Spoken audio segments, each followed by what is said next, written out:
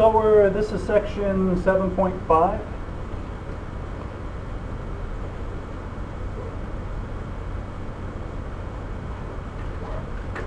We're going to talk about surface area and volume of cones. So first off, we've been talking about lots of different shapes. Is a cone a polyhedron?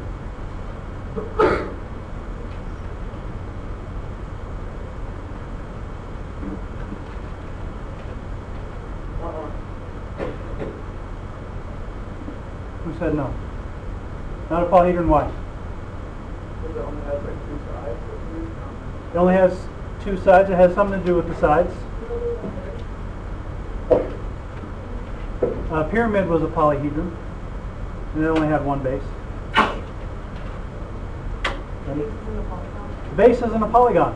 Can't be a polyhedron because the base isn't a polygon. The side's not a polygon, so it's not a polyhedron. So cylinders, we said, weren't polyhedrons because their bases and sides weren't polygons. So a cone, we're just going to say, is a three-dimensional figure.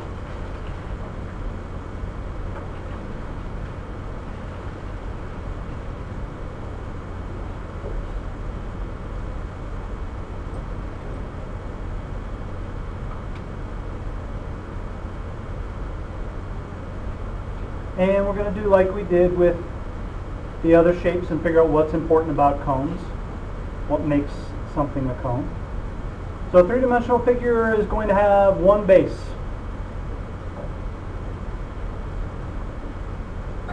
And what shape is our base going to be? Circle. Our base is going to be a circle. One base that is a circle. And kind of like a cylinder, it just has a side, one side. We don't really talk about its side, but we can say one side. The side kind of goes all the way around. One side, and the fancy word that we used for side was lateral surface.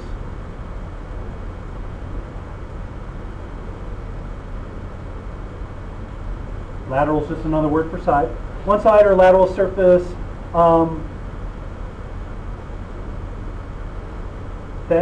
That's just a curved surface. So I'm just going to say that is curved. And we'll talk a little bit more in just a little bit about what that side, what it actually is. So let's grab a picture of a cone, and we'll draw one here. While this is, there we go. If you want to sketch a cone, what I usually do is just sketch a little oval and a dot, and connect your dot to the sides of your oval, and there would be a cone. I'll get a better picture here, and we'll label the parts.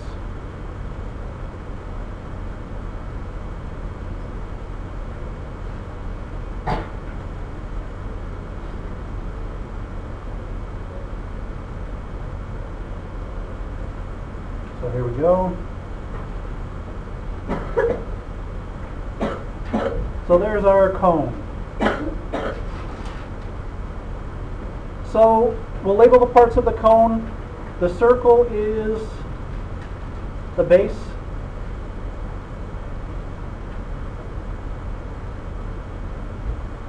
This tip, what are you going to guess we call that very point? What is it? Vertex?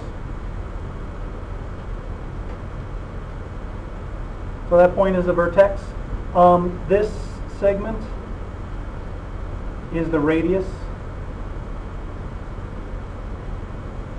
We'll call that the radius. That's the radius of the base. We usually just call it the radius. And just like other shapes that we've talked about, the segment that goes from the base at a 90-degree angle to the vertex is the height or the altitude.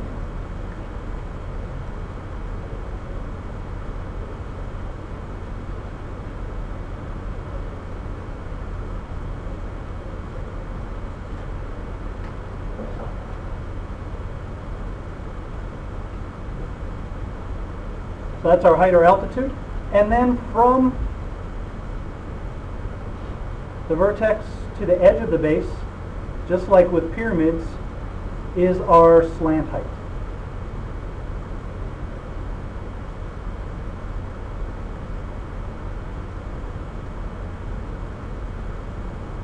So our height,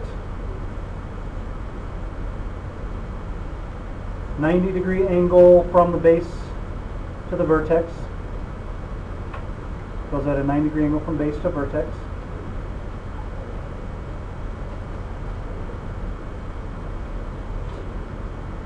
Our slant height,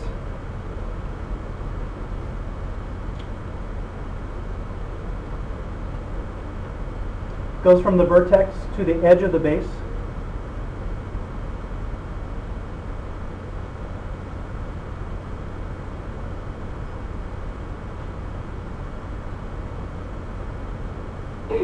So those are parts of our cone. Cones, a lot like pyramids. And we have a right cone if the height hits the center of the base.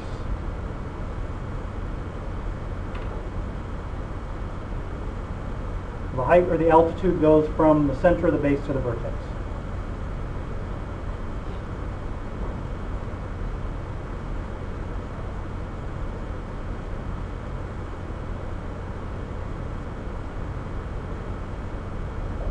We'll usually be working with right cones, but if we happen to have another kind of cone, so if we have a different kind of cone, here's my base, I'll draw an oblique cone. So an oblique cone is just slanted. So this would be an oblique cone.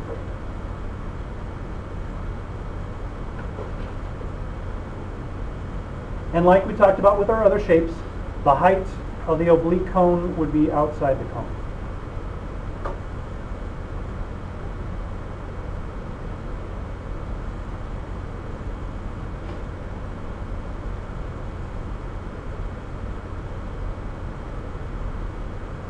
So if we have an oblique cone, our height is outside, or can be outside. Usually we'll be working with right cones. So this picture here would be a right cone because the height or the altitude hits right here at the center of the circle. So very similar to what we've talked about with our other shapes. And a cone, the parts of the cone are a lot like a pyramid. All right, any questions about our parts? Okay, let's get to our formulas. So the surface area of a right cone.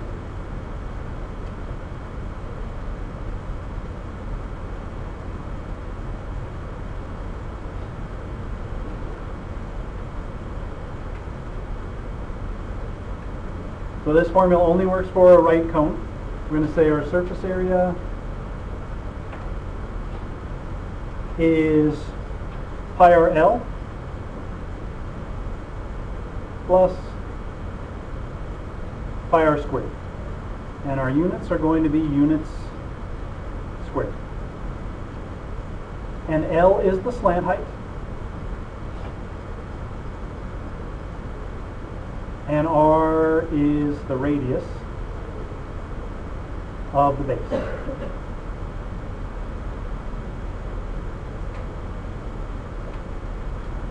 All right, and before we do any examples, I want to talk a little bit about where this formula comes from. I'm going to rewrite this. And our 2 parts plus pi r squared. And what I've done here is I drew a circle and I cut a little wedge out of the circle.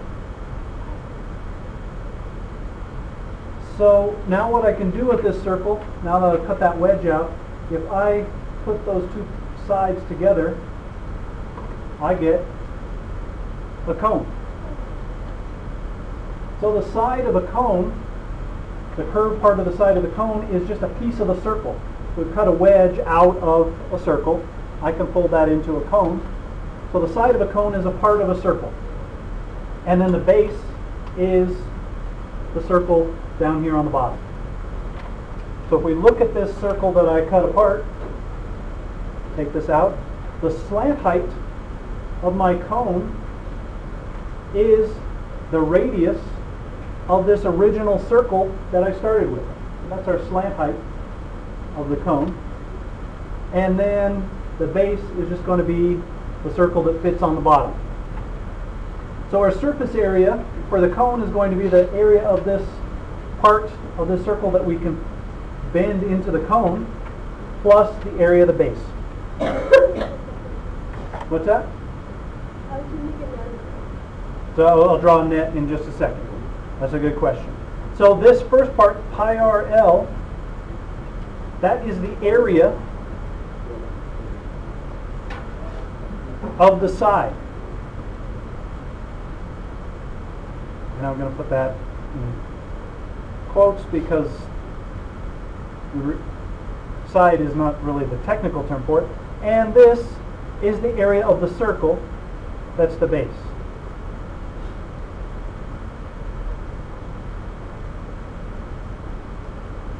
So pi r L is the area of this piece of a circle that I can bend into the cone. So pi r L comes from the area of the side, the curved lateral surface, the curved side, and then the pi r squared comes from the area of the circle that makes up the base. So if we were to draw a net of a cone, our net, I'm going to draw our original circle with a dotted line. So this is the circle that I'm going to cut a piece out of.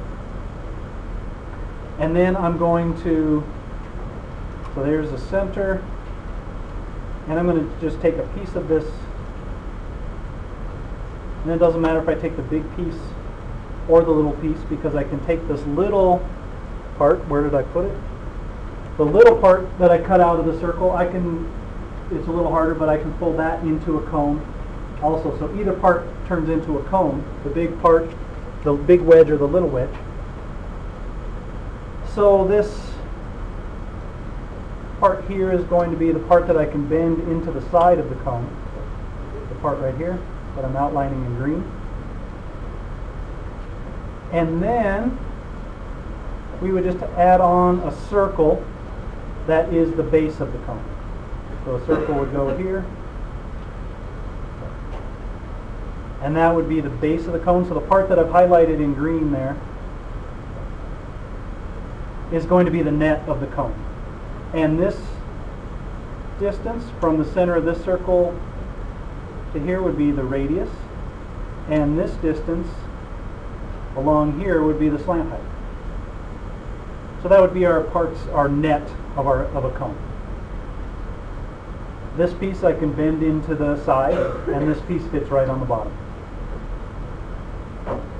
So our formula, just like before, our formula for surface area comes from cutting our shape open and laying it out flat. This is the area of the side, this is kind of wedge-shaped piece, and this is the area of the base.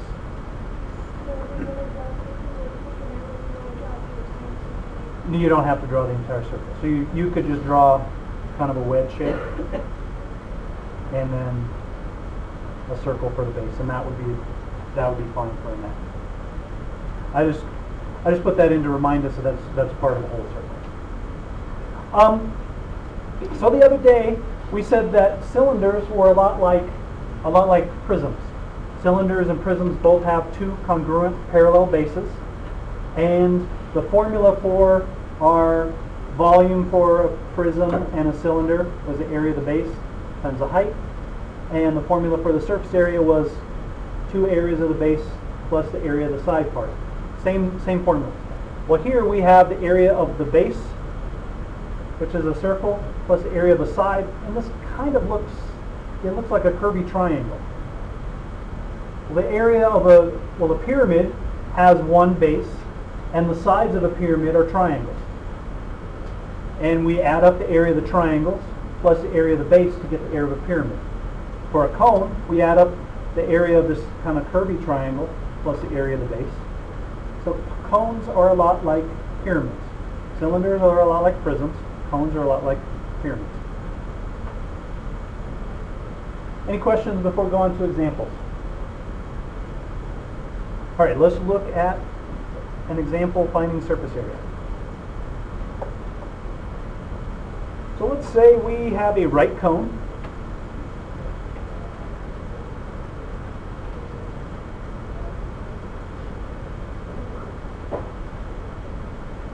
Right cone, the radius, this is going to be an easy example.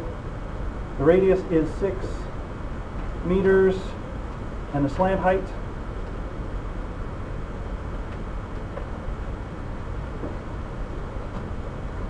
is 10 meters.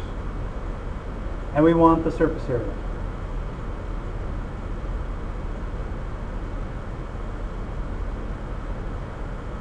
So when we have a problem like this, I would suggest making a quick sketch. So there's my base, there's my vertex. Your drawing doesn't have to be perfect. All right, and it tells us that the radius is 6, so if I draw in the radius, so this is 6, and it tells us the slant height is 10. So there's our picture. Now I want to do one thing before we solve this problem. What if instead of the slant height, what if this problem had given us the height? So what if we had this? What if we had this segment instead of the slant height? Yes. We can use the radius and the height and do the Pythagorean theorem. So inside cones, just like we talked about with pyramids, we have this right triangle made by the radius, the height, and the slant height. And that right triangle comes up a lot in solving problems with cones, just like it comes up a lot in solving problems with pyramids. So always remember that there's this right triangle inside a cone made with the slant height, the radius, and the height of the cone. So if you have the height and the radius, you find the slant. If you have any two parts of that right triangle, you can find the third part. So if you have the height and the slant height, you can find the radius. If you have the height, the slant height, and the radius, you can find the height. So you have that 90-degree that right triangle to work with inside of cones. We don't need that for this particular problem. All right, so our formula, surface area, is pi r L plus pi r squared. And we have everything we need to plug in here. So our surface area is pi times 6 times 10 plus pi times 6 squared. 6 times 10 is 60, so we get 60 pi. 6 squared is 36, so we get 36 pi. And if I want my exact answer, I would have 96 pi meters squared. Our units are meters. And if I want my approximate answer, plug that into my calculator, multiply by 3.14, and I get approximately 301.59 meters squared. 96 times 3.14. Questions on that? So again, really important to remember this right triangle inside of cones. All right, let's look at our volume formula.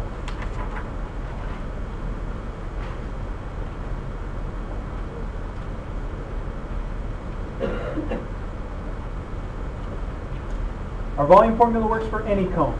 The surface area formula works for a right cone. Our volume formula works for any cone. Our volume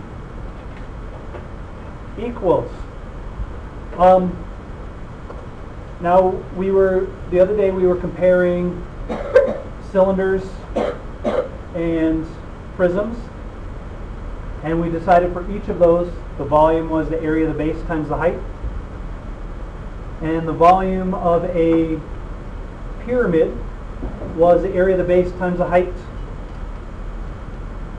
And what do we have to do with it for a pyramid?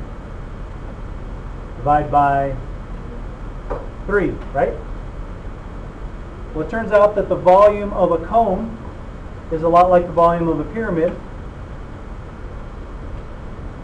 Area of the base times the height divided by 3. But for a pyramid, what shape is our base? The circle. So our area of our base, how do we find the area of a circle? Pi times radius squared. So our volume formula is going to be pi r squared h divided by 3. And our units are going to be units cubed. So just like a pyramid, our volume is the area of the base times the height divided by 3. And I'm going to write over here B equals area of base. R equals our radius of the base.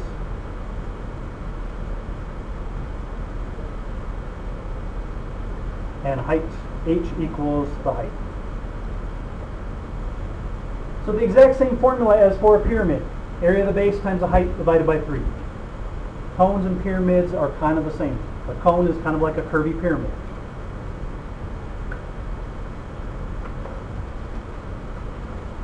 Questions on our formula? All right, let's do a couple of examples and then we'll be done. Do an easy one first. So we have a cone.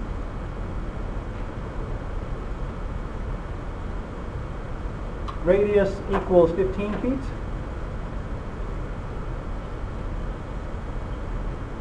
The height equals 20 feet. And we want the volume.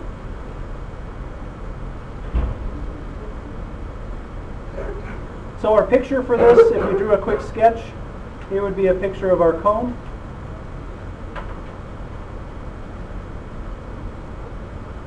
The radius is 15 and the height is 20. So that would be our picture. If we needed to find the slant height, if it asked us for the surface area and the volume, we could use the Pythagorean theorem on this triangle and find the slant height if we needed to. So if the problem said find the surface area and the volume, we could do that with just what we have here. But we're just looking for the volume. So we're going to plug our numbers into our formula. So volume equals pi r squared times h. So we get pi times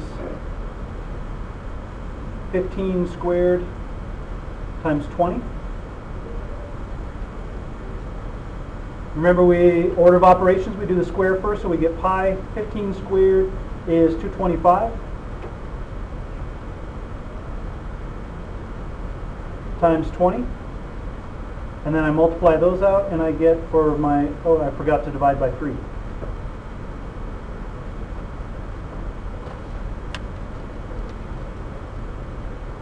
So our volume is 4,500 pi divided by 3. And when I divide that out, I get 1,500 pi, and I have cubic feet. If I wanted my approximate answer, I'd multiply 1,500 by 3.14. Which one would you rather? If it doesn't say, I don't have a preference. If the problem says you keep it in terms of pi, then you do 1. If it asks you to round to the 10th, you can multiply. Okay. I think it's easier just to leave it, not even worry about the pi, and just leave it written like that. But either way, if it doesn't say it, it doesn't matter. And our approximate answer is 47. I get 12.4. When you multiply by? 3.14. 3.14, I think. I can double check. Maybe I use more decimal places. Clear 15 times 3.14. Yep. So if I just use 3.14, I get 4710. So I think I must have used more decimal places. So we'll just say approximately, I'll go with 4710 cubic feet. If on the test, if you use your pi button, you might get more decimals. I'll take that into consideration when you're grading. So if you had 4710, I would take that. If you use more decimal places and got 4712.4, I would accept that as a correct answer also. So depending on how many decimal places you use for pi, you get a little different answer. All right, questions on that example? That one was pretty easy. All right, let's do one where we have to kind of work backwards. So again, on any of these problems, if the problem gives you the surface area and asks you to find the radius, find the height, we're going to plug everything we have into our formula, solve for the part that we don't have. We've done that a lot by now. So let's look at an example of one of those. So we have a cone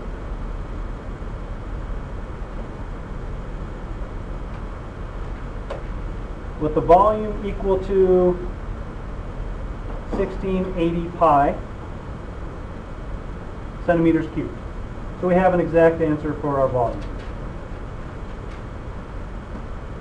And we know the radius of the base is 12 centimeters. We want to find the height.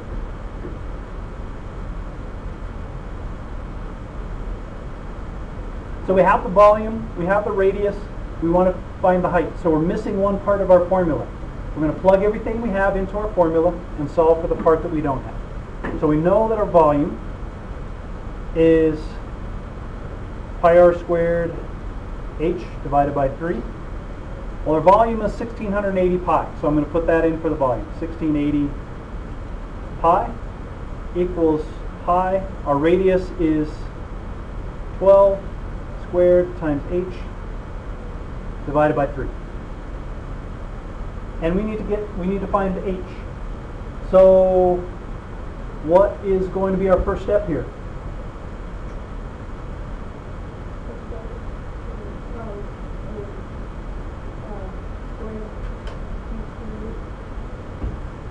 So I'm sorry, what do we want? What are you saying we want to do, Preston?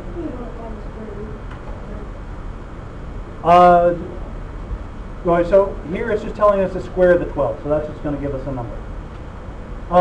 So let me ask a more specific question. How can we get rid of this 3 in the bottom of this, on the bottom of the right-hand side? Multiply both sides by 3. I'm going to multiply both sides. I don't want that 3 in the denominator, so I'm going to multiply by 3. So when I multiply by 3, those cancel out, and I get 1680 times 3. I get 5040. So 5040 pi equals pi, and 12 squared is 144 times h. All right, what can I do next?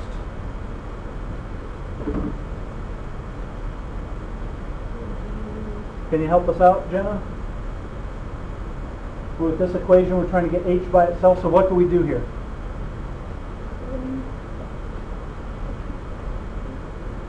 We want to get h by itself, so what would be our next step?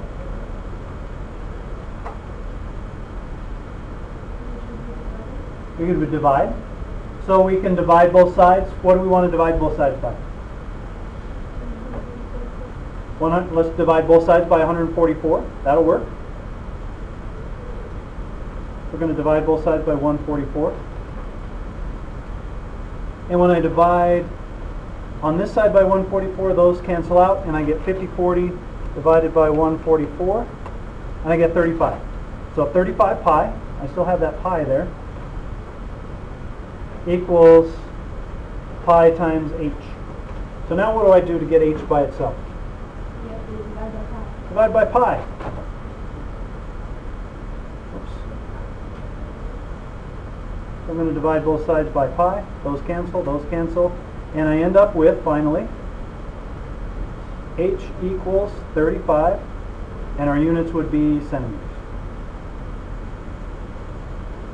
So we plugged everything we had into our formula, solved for the part that we didn't have.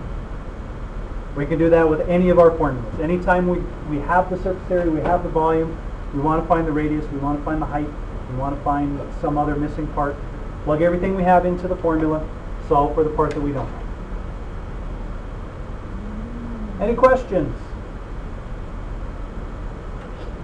Okay, now we know all about cones.